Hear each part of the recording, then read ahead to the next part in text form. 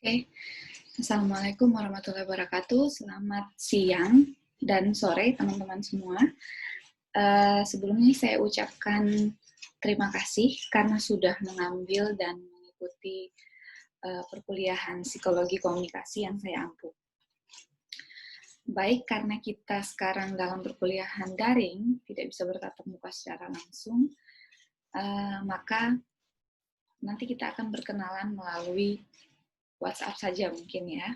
Sekarang saya akan mulai menjelaskan tentang bagaimana sih perkuliahan kita selama 1 semester nanti. Mungkin teman-teman masih ada yang asing tentang psikologi komunikasi atau memang sudah ada yang baca-baca sebelumnya, maka nanti kita akan perkenalan lebih lanjut. Nah, sebelum perkenalan lebih lanjut tentang mata kuliah ini, sebelumnya saya akan memaparkan dan memberikan sedikit gambaran tentang kontrak perkuliahan selama 1 semester ini. Oke. Ini mungkin yang perlu teman-teman ketahui tentang profil dosen. Selama 1 semester ini, saya akan mengampu mata kuliah ini, dan teman-teman bisa memanggil saya Bu Ninda, atau Mbak Ninda, atau Kak Ninda, gitu ya. Mungkin ada yang sudah kenal saya sebelumnya. Dalam perkuliahan 1 semester ini, sepertinya saya akan melakukan penjelasan materi dengan cara seperti ini, yaitu mengirimkan video kepada teman-teman. Kemudian kita lanjutkan dengan proses tanya-jawab di dalam atau menggunakan online learning UHAMKA. Bisa menggunakan forum chatting ataupun nantinya dengan menggunakan Zoom meeting. Yang itu kita lakukan dalam rangka untuk proses tanya-jawab dan diskusi, sharing, begitu ya. Dan untuk penyampaian materinya saya lakukan seperti ini. Kemudian komponen perkuliahan kita selama 1 semester yaitu 150 menit atau kurang lebih 2,5 jam, tapi mungkin bisa kurang dalam perkuliahannya, dalam praktiknya. Kemudian kita ada 16 pertemuan. 16 pertemuan ini sudah termasuk UTS dan UAS, begitu. Jadi 7 pertemuan pertama itu sebelum UTS, kemudian setelah UTS kita akan ada 7 pertemuan lagi, sehingga total pertemuan 14 ditambah UTS dan UAS menjadi 16. Nah, saya rasa teman-teman sudah paham betul terkait jumlah pertemuan ini. Kemudian metode pembelajaran atau perkuliahan psikologi komunikasi dengan saya menggunakan student learning center atau semuanya terpusat kepada mahasiswa, sehingga mahasiswa yang harus lebih aktif. Nah, dalam perkuliahan daring ini, saya menilai keaktifannya seperti apa, teman-teman akan lebih banyak saya berikan forum diskusi, kemudian sebelum diskusi saya akan memberikan jurnal atau tugas di setiap minggu yang akan kita bahas, begitu. Nah, sehingga di setiap pertemuannya, sorry ada suara pesawat, rumah saya dekat Halim. Jadi di setiap pertemuannya saya akan memberikan jurnal yang untuk kalian resum, kemudian kita bahas minggu depannya, atau tugas yang akan kalian kerjakan dan kita bahas minggu depannya. Tugas ini tugas individu, hanya meresum sebanyak 1 lembar saja, atau mengerjakan tugas sebanyak 1 lembar saja, tidak banyak, hanya untuk merefresh setiap minggunya. Karena ini adalah berbasis student learning tadi. Kemudian, tugas akhir atau proyek utama kita adalah ada tugas UTS, yaitu membuat video pembelajaran secara kelompok, yang mana video ini nanti saya akan menentukan temanya. Ini akan masuk di nilai UTS teman-teman sekalian. Sedangkan UAS kita sebagai proyek utama yaitu tugas individu, proyek individu, yang mana kalian akan saya tugaskan untuk menulis. Nah, menulis di sini temanya nanti kita akan bahas setelah UTS. Untuk pengerjaannya juga bisa dimulai setelah UTS nanti, untuk mulai menulis dan bimbingan atau sharing itu bisa dilakukan setelah UTS nanti. Kemudian,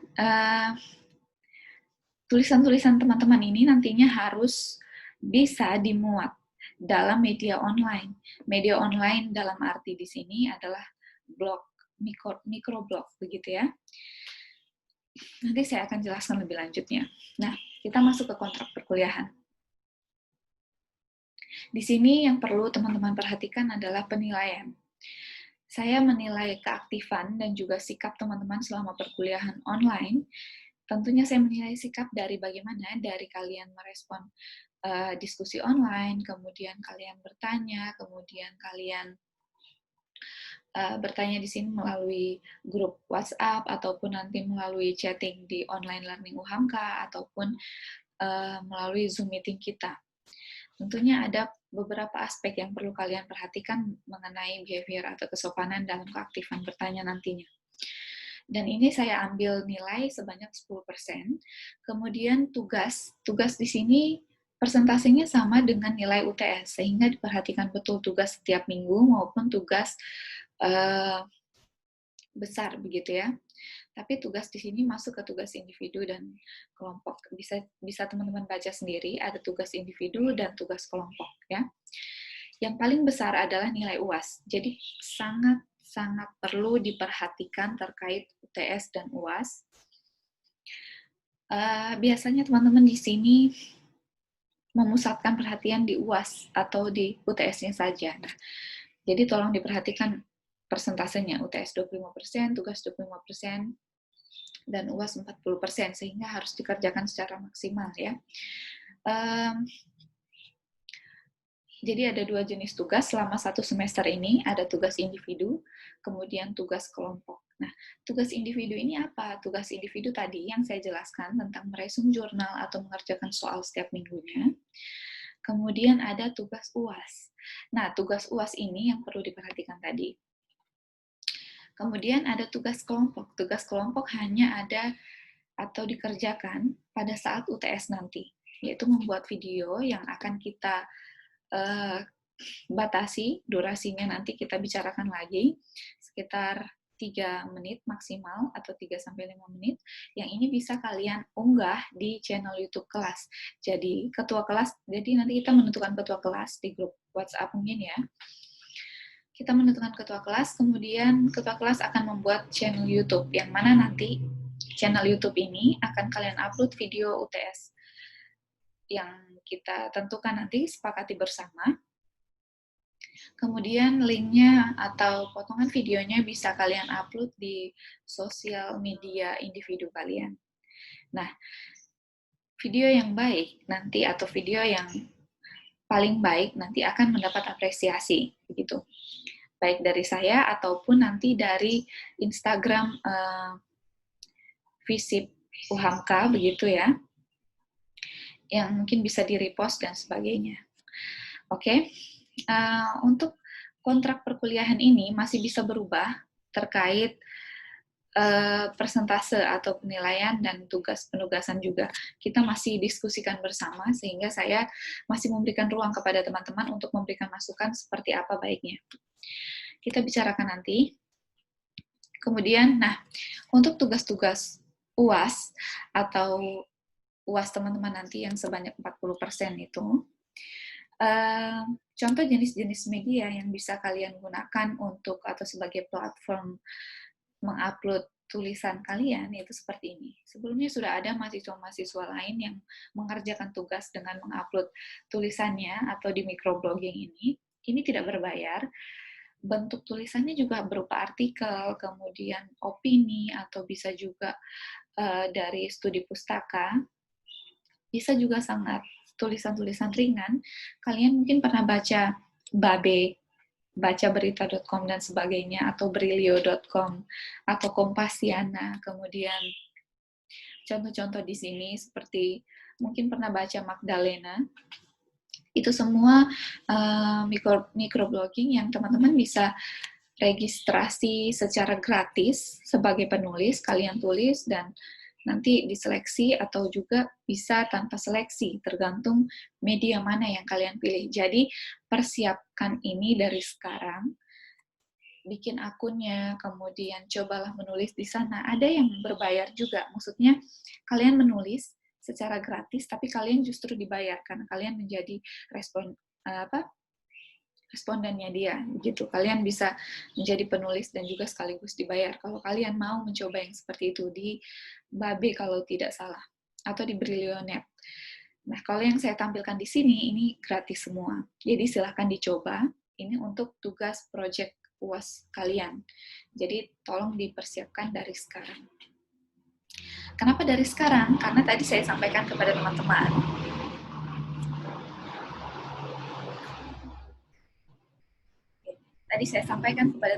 bahwa sistem pembelajaran saya adalah Student Learning Center. Jadi semuanya saya serahkan kepada mahasiswa di kelas ini.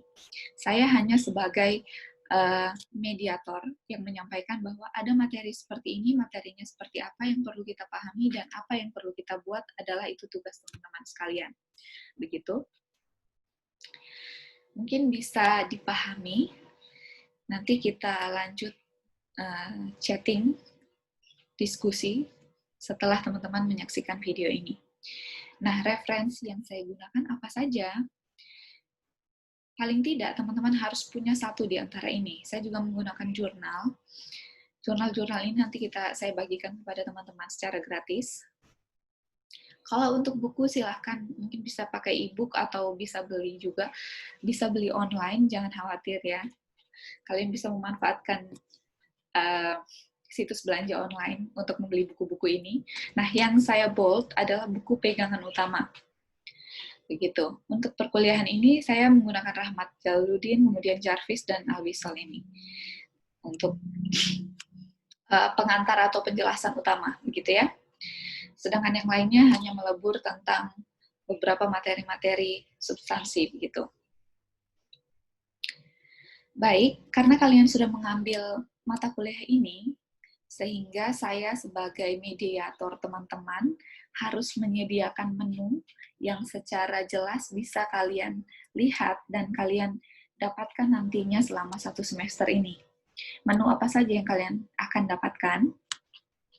Yaitu tentang ini pengantar perkuliahan ini sudah jelas ya, yang di poin pertama. Kemudian kalian akan mendapatkan tentang apa saja sih ruang lingkup psikologi komunikasi ini. Ini juga berkaitan tentang urgensi komunikasi dalam kehidupan sosial. Kemudian pada minggu ketiga, menu yang akan kalian dapatkan adalah tentang karakteristik manusia komunikan. Subbahasannya bisa teman-teman baca sendiri ya. Kemudian ada komunikasi intrapersonal pada pertemuan keempat. Mungkin di pengantar ilmu komunikasi, teman-teman sudah dapat tentang komunikasi intrapersonal dan interpersonal, begitu. Hanya saja di sini kita akan mendalami lebih dan juga lebih mengaitkan dengan materi psikologi, begitu, dan juga lebih kepada praktisnya. Kemudian pada minggu berikutnya kita akan mendapatkan materi tentang komunikasi interpersonal dan hambatannya seperti apa dalam berkomunikasi interpersonal itu. Minggu ke-6 ada komunikasi kelompok. Nah, di minggu ke-7, ini kita mulai akan mereview materi, kemudian kita mungkin akan sambil menonton film yang berkaitan dengan psikologi komunikasi. Pada materi ke-7 ini, pada review materi ini, teman-teman setidaknya sudah kita bagi kelompok untuk pengerjaan tugas UTS juga. Jadi kemungkinan besar pada materi ke-7 ini kita akan menggunakan Zoom meeting atau misalnya Jitsi di online learning UHAMKA. Jadi kita akan bertatap muka secara langsung dan membagi kelompok, mereview materi dan menonton film yang durasinya mungkin kita sesuaikan gitu. Nah, setelah UTS, teman-teman akan mendapatkan 7 materi lagi atau kita akan melakukan 7 pertemuan lagi, yaitu mengenai menu materi komunikasi nonverbal. Ini juga sudah ada di pengantar ilmu komunikasi, tapi lebih dalamnya yang berkaitan dengan psikologi komunikasi itu ada di sini. Oke, di pertemuan berikutnya lagi, minggu depannya, teman-teman akan mendapatkan komunikasi simpatik dan empatik. Ini juga lebih kepada praktis ya, atau sebenarnya sudah dekat dengan kita tentang bagaimana sih komunikasi simpatik, atau ada yang belum pernah dengar tentang komunikasi empatik itu apa, begitu. Kemudian kita lanjut lagi, komunikasi asertif. Bagaimana dalam psikologi komunikasi ini, asertif ini sangat diperlukan misalnya untuk menjaga komunikasi yang efektif itu tadi. Ada namanya, minggu depannya lagi, ada namanya konflik dan hubungan antar pribadi. Kemudian efek-efek komunikasi massa. Nah, ini perlu dipelajari, efek-efek komunikasi massa tentunya ini campuran tentang bagaimana sih psikologi komunikasi dan komunikasi massa itu sendiri.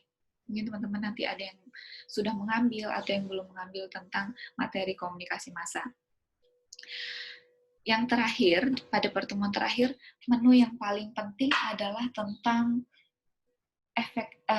tentang komunikasi Islami, yang mana pada setiap materi psikologi komunikasi ini kita akan mengaitkan dengan nilai-nilai al-Islam kemuhammadiyahan.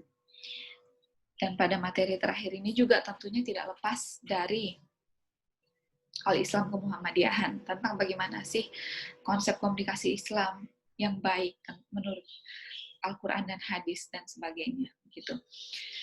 Oke, kita masuk di materi terakhir nantinya. Ada review sebelum UAS. Nah, kita manfaatkan review sebelum UAS ini tentang progres artikel yang teman-teman tulis sebagai project UAS kita nantinya. Di sini bisa sebagai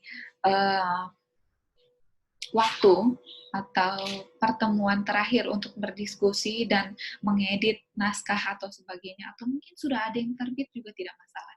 Jadi kita manfaatkan ini. Untuk review terakhir ini sebenarnya lebih kepada tema apa yang mau kalian tulis terkait psikologi komunikasi. Apakah pada poin ketiga tentang karakteristik manusia komunikan, komunikasi interpersonal, atau sampai kepada misalnya ada yang mau menulis tentang komunikasi asertif, simpatik dan empatik, komunikasi nonverbal, atau bahkan sampai ke komunikasi Islami, itu sangat dibolehkan. Tema-tema di sini adalah tema pilihan yang bisa kalian pilih, sedangkan sub-subnya akan lebih luas tentunya. Kalian bisa mengaitkan dengan apapun yang ada, misalnya tentang kejadian-kejadian demo kemarin, atau misalnya tentang pandemi COVID-19 ini, atau tentang misalnya kenakalan remaja, tentang pergaulan di sekitar kalian, itu semua bisa. Tentang feminisme, atau tentang apapun itu, kalian bisa mengkajinya dan menulisnya mengaitkan dengan materi kita yang nantinya mungkin kalian bisa bebas memilih konsep tulisan yang ringan sesuai dengan platform blog, microblog yang kalian pilih tentunya, begitu ya. Kita bisa diskusi lebih lanjut untuk tugas UAS ini, dan untuk progresnya akan kita bahas pada pertemuan ke-15 ini. Begitu. Jadi masih lama, cuma bisa kalian siapkan dari sekarang untuk microblog apa yang akan kalian gunakan, gitu ya. Baik, di sini ada peraturan selama perkuliahan daring. Misal kita ada tatap muka secara langsung, ya kan, di pertemuan 7 dan 15 nanti. Ini peraturan yang perlu kalian patuhi, teman-teman patuhi. Kalau misalnya kita hanya menggunakan chatting atau forum chatting dalam online learning UHAMKA dan WhatsApp, tentu ini tidak berlaku ya. Tapi kalau tatap muka dengan Zoom meeting atau Jitsi nantinya, ini perlu diperhatikan. Dan ini juga menjadi penilaian, begitu. Baik dari cara teman-teman nanti chatting, bertanya, kemudian bertatap muka secara online, itu masuk ke penilaian keaktifan dan juga behavior-nya kalian. Kita belajar psikologi komunikasi, tentunya teman-teman harus tahu bagaimana sih cara berkomunikasi yang baik sekalipun menggunakan chatting dengan dosen dan dengan teman, gitu ya. Baik, kita lanjut tentang pengantar. Sedikit pengantar tentang psikologi komunikasi. Jika ini perkuliahan luring atau luar jaringan atau offline, saya pasti akan menanyakan kepada teman-teman secara detail satu persatu tentang bagaimana sih tanggapan kalian atau gambaran kalian tentang psikologi komunikasi, atau ada yang sudah membaca atau ada yang sudah pernah mengikuti sebelumnya tentang psikologi komunikasi. Biasanya ada kakak-kakak tingkat yang mengambil lagi, begitu kan. Jadi kita diskusi atau refresh lagi tentang apa sih psikologi komunikasi ini, apa yang akan kita pelajari selama 1 semester ke depan, begitu kan. Atau ada yang cuma sekedar, ya udah dia ambil aja supaya memenuhi KRS, begitu. Nah, karena kita tidak bisa berdiskusi secara tatap muka, secara langsung, jadi saya mungkin akan menjelaskan sendiri kepada diri saya. Di sini saya sharing juga, selalu merefresh setiap minggunya tentang ilmu yang saya dapatkan atau materi yang saya berikan ke teman-teman. Saya juga belajar, teman-teman juga belajar, kita saling belajar, begitu kan? Kita bertukar ilmu dan informasi sebanyak mungkin dan sebermanfaat mungkin dalam perkuliahan ini. Jadi jika ada kesalahan, mungkin teman-teman bisa memberitahu saya, dan saya juga akan sharing apa yang saya miliki ke teman-teman. Gitu. Nah, sebelumnya, kenapa sih kita perlu belajar psikologi komunikasi? Kenapa tidak psikologi agama, atau psikologi bisnis, atau psikologi keluarga? Nah, psikologi komunikasi ini sebenarnya lebih kompleks, begitu. Psikologi komunikasi ini bisa teman-teman pakai di dunia kerja, bisa kalian pakai di kehidupan real kalian. Misalnya di sini ada psikologi komunikasi keluarga, psikologi komunikasi bisnis, dan sebagainya. Psikologi komunikasi ini lebih kompleks, menaungi yang ada di bawah-bawah tadi. Ada psikologi komunikasi keluarga, ada bisnis, ada misalnya manajemen, dan sebagainya, begitu. Untuk apa kita mempelajari ini? Yang pertama, di sini saya merangkum ada 4 yang menjadi alasan kenapa kita perlu mempelajari ini. Kalian tidak sia-sia mengambil mata kuliah ini, begitu. Kalian bisa menerapkan dalam kehidupan sehari-hari, juga dunia kerja, juga mungkin akhirnya nanti kalian bisa mengkaji, menggunakan materi ini sebagai skripsi kalian, begitu. Sangat bisa. Nah, 4 hal pokok yang saya rangkum yaitu tentang bagaimana sih psikologi komunikasi ini menjadi atau menjawab kebutuhan kita sebagai pelaku komunikasi dalam kehidupan sosial. Kita akan semakin tahu bagaimana sih, apa sih yang menyebabkan lawan bicara kita merespon demikian. Kenapa ketika presentasi orang-orang tidak mendengarkan apa yang saya jelaskan. Nah, itu semua ada kaitannya di sini. Kemudian apa yang membuat kita berbeda dengan pelaku komunikasi yang lain? Apa yang menyebabkan individu lain itu lebih menarik ketika menjelaskan materinya, atau apa yang menyebabkan teman-teman kita itu lebih didengarkan ketika dia berbicara dibanding dengan kita, atau sebaliknya, misalnya seperti itu. Kemudian ada aspek bagaimana, ada manfaat lain, yaitu bagaimana orang lain memandang perilaku saya. Nah, dalam psikologi komunikasi ini, kita akan mulai memperhatikan atau mulai mengerti ternyata ada persoalan yang menjadikan ternyata orang lain itu bisa melihat kita sebagai si A, atau kita dipandang sebagai influencer yang lebih baik dibanding si B, misalnya seperti itu. Itu semua juga kaitannya tentang psikologi komunikasi ini. Jadi, bagaimana kemampuan kita memprediksi apa sih yang akan lawan bicara kita sampaikan ketika kita berbicara ini. Misalnya, saya sudah tahu teman saya harus merespon seperti ini, sehingga saya harus bertanya dengan pertanyaan yang seperti ini, begitu. Sebenarnya psikologi komunikasi ini terkait dengan meramal apa sih respon yang akan diberikan lawan bicara saya ketika saya berkomunikasi seperti ini, gitu. Yang terakhir yaitu tentang bagaimana komunikasi kita ini menentukan kualitas hidup kita. Mungkin teman-teman di sini pernah mendengar atau pernah melihat para politisi yang asal bicara, atau misalnya pernah atau kalian sebagai pengagum dari Mata Najwa, misalnya Najwa Shihab. Nah, bagaimana cara dia berkomunikasi? Di situ menentukan kualitas hidupnya. Kita bisa menilai, oh dia orang yang seperti ini ya. Dia kalau bertanya kepada narasumbernya seperti ini. Atau kita bisa menilai narasumber-narasumber dia. Misalnya, oh narasumber dia ini tidak cakap, tidak paham tentang apa yang dijelaskan. Nah, itu semua tergambar dari mana? Tentunya dari komunikasi yang dilakukan, begitu. Nah, sebenarnya ini ada cerita, misalnya kalau kita dalam perkuliahan offline, pasti saya sudah membacakan ini, tapi karena kita terbatas durasi, jadi saya akan menjelaskan, teman-teman bisa membaca sendiri, dan saya akan menjelaskan tentang cerita ini. Jadi cerita ini sebenarnya secara garis besarnya membahas tentang, menceritakan tentang bagaimana ada seorang anak yang dia dibesarkan dengan penuh kekerasan dan tidak diurusi oleh keluarganya, begitu. Sehingga keluarganya juga tidak pernah berkomunikasi secara verbal, begitu, kepada si anak. Sehingga anak ini tidak bisa mengeluarkan kata-kata verbal yang semestinya harus sudah bisa dilakukan oleh anak seusianya, begitu. Tapi anak ini akhirnya hanya berkomunikasi dengan nonverbal, yaitu dengan menangis, begitu, dengan teriakan. Nah, itu pun adalah bentuk komunikasi yang mana setiap individu tidak mungkin tidak melakukan komunikasi, baik itu verbal maupun nonverbal, gitu. Contoh saja dari kandungan, semenjak saya mau bercerita pengalaman saya ketika hamil dan mengandung anak saya, begitu. Dari kandungan saja kita sudah berkomunikasi dengan anak kita.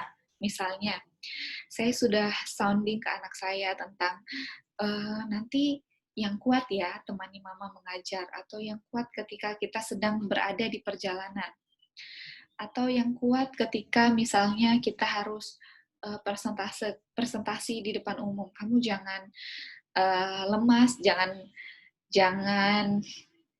misalnya membuat saya mual atau sebagainya. Nah, itu semua kita komunikasikan dengan janin di rahim saya, dengan janin yang ada di perut saya. Itu tandanya apa? Dari sejak kandungan pun kita sudah melakukan komunikasi. Nah, responnya apa? Anak saya ternyata menendang, menjawab, atau itu bentuk komunikasinya iya, atau dengan komunikasi lain dia tidak, dia mematuhi apa yang kita sepakati, begitu. Dia mendengar suara saya dari kandungan, begitu. Itulah fungsi ketika manusia sudah diciptakan Allah dari rahim, begitu, dia sudah mempunyai telinga, sudah dari umur 3 sampai 4 bulan dalam kandungan Allah sudah meniupkan ruh, sehingga dia mulai mendengar, bisa berkomunikasi, sehingga itulah ada budaya ketika bayi sudah berusia 3 bulan dan 4 bulan dalam kandungan, ada namanya mengajiin si jabang bayi, begitu. Nah, itu bagian dari komunikasi kita, komunikasi dari rahim, sehingga kita lahir juga berkomunikasi, kita besar tidak mungkin tidak berkomunikasi. Nah, itu semua bagian dari psikologi komunikasi juga. Bagaimana saya mengontrol pikiran saya sehingga saya bisa memandu anak saya di dalam perut yang bisa bisa bekerja sama dengan saya, begitu. Sehingga dulu pengalaman saya mengajar dari jam 7 pagi ketika saya hamil. Saya mengajar di 2 tempat waktu itu, di Mercu Buana dan di UHAMKA. Saya mengajar dari jam 7 pagi sampai jam 7 malam. Bayangkan, dan saya harus bekerja sama tentunya dengan anak saya, supaya dia mengerti, tidak membuat saya cepat lelah, dan dia juga tidak lelah, begitu. Itulah psikologi komunikasi yang mungkin sangat saya terapkan dengan anak saya, begitu. Ini cerita sedikit tentang bagaimana sih penerapan psikologi komunikasi. Kemudian, apa yang bisa kita simpulkan dari cerita tadi? Komunikasi adalah perihal yang sangat esensial yang melekat pada manusia. Bahwa dari alam rahim pun, atau sebelum di rahim pun manusia sudah berkomunikasi dengan Tuhannya. Bagaimana ketika Tuhan sudah mengirimkan kita kepada ibu kita, ke rahim ibu kita, sebelumnya juga sudah ada komunikasi. Mungkin teman-teman yang membaca Al-Quran tentang bagaimana proses pembuatan manusia, begitu ya. Sangat kompleks, semuanya sangat kompleks tentang komunikasi. Bagaimana Tuhan berkomunikasi dengan jin, bagaimana Tuhan berkomunikasi dengan penciptaan Adam dan sebagainya, itu semuanya tentang psikologi komunikasi.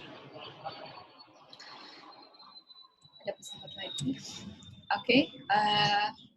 Komunikasi ini sangat erat kaitannya dengan perilaku dan pengalaman kesadaran manusia. Bagaimana tidak, komunikasi ini kita lakukan secara sadar, atau bahkan dalam alam bawah sadar kita. Kita mimpi, dalam mimpi kita melakukan sesuatu, ekspresi, rasa takut, rasa senang, itu semua bagian dari komunikasi.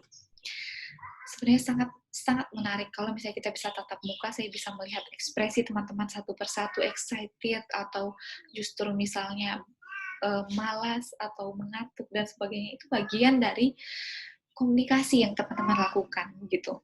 Saya sangat bersemangat sebenarnya menyampaikan materi psikologi komunikasi ini. Semoga semangat saya ini bisa menular ke teman-teman begitu ya.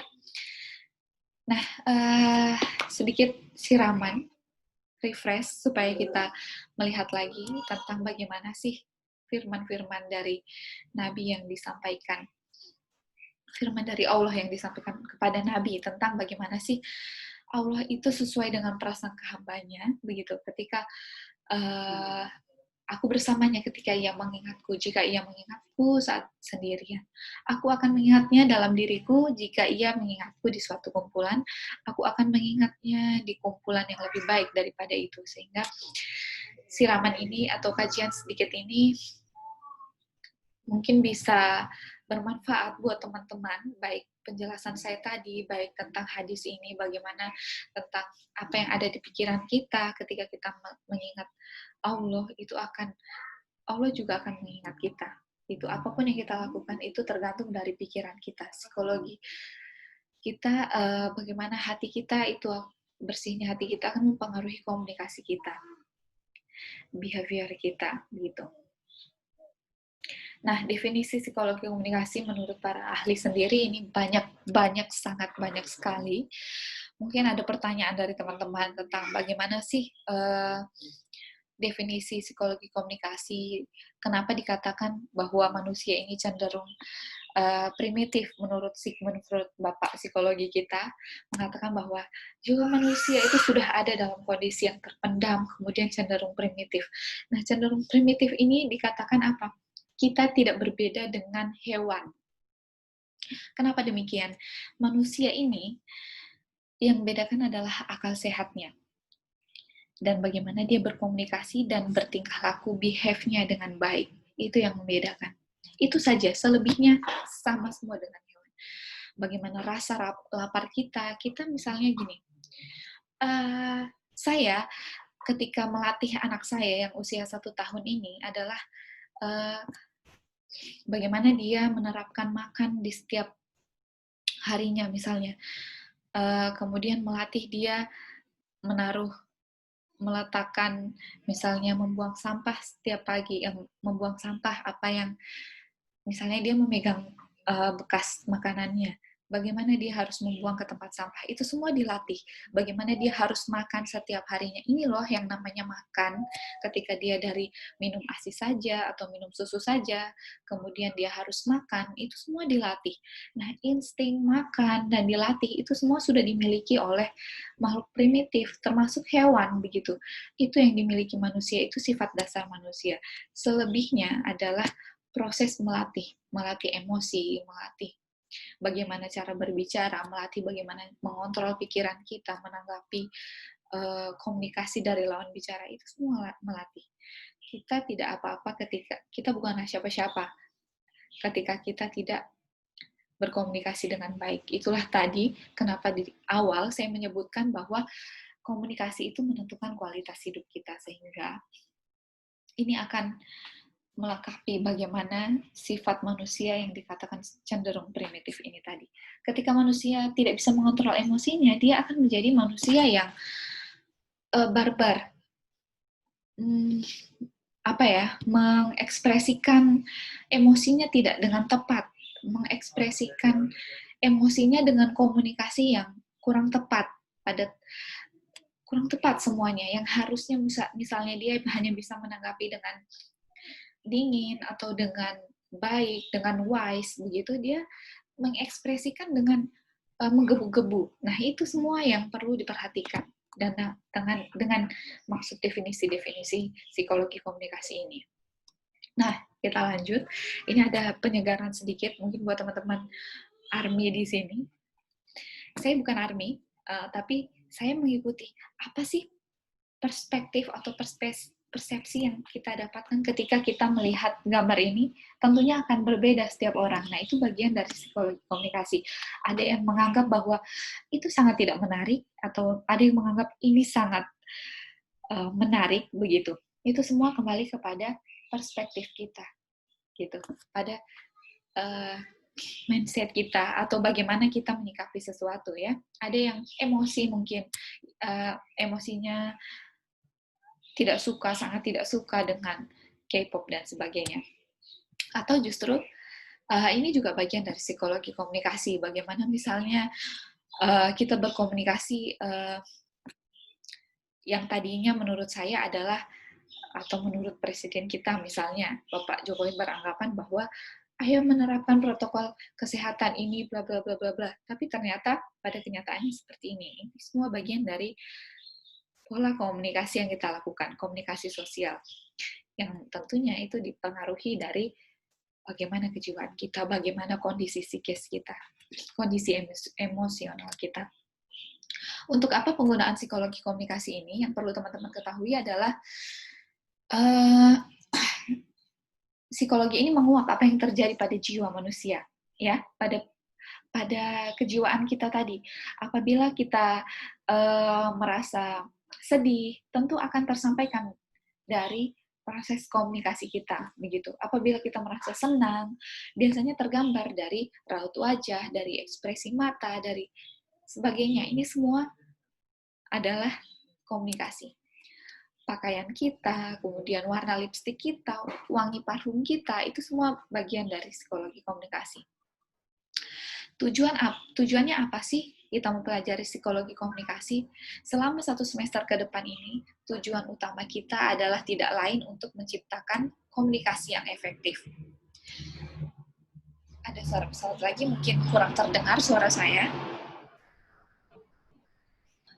Oke, komunikasi yang efektif itu yang seperti apa sih? Ada 5 aspek di sini, yaitu bagaimana komunikasi yang kita sampaikan itu dimengerti oleh komunikator dan menstimuli sesuai dengan apa yang kita mau.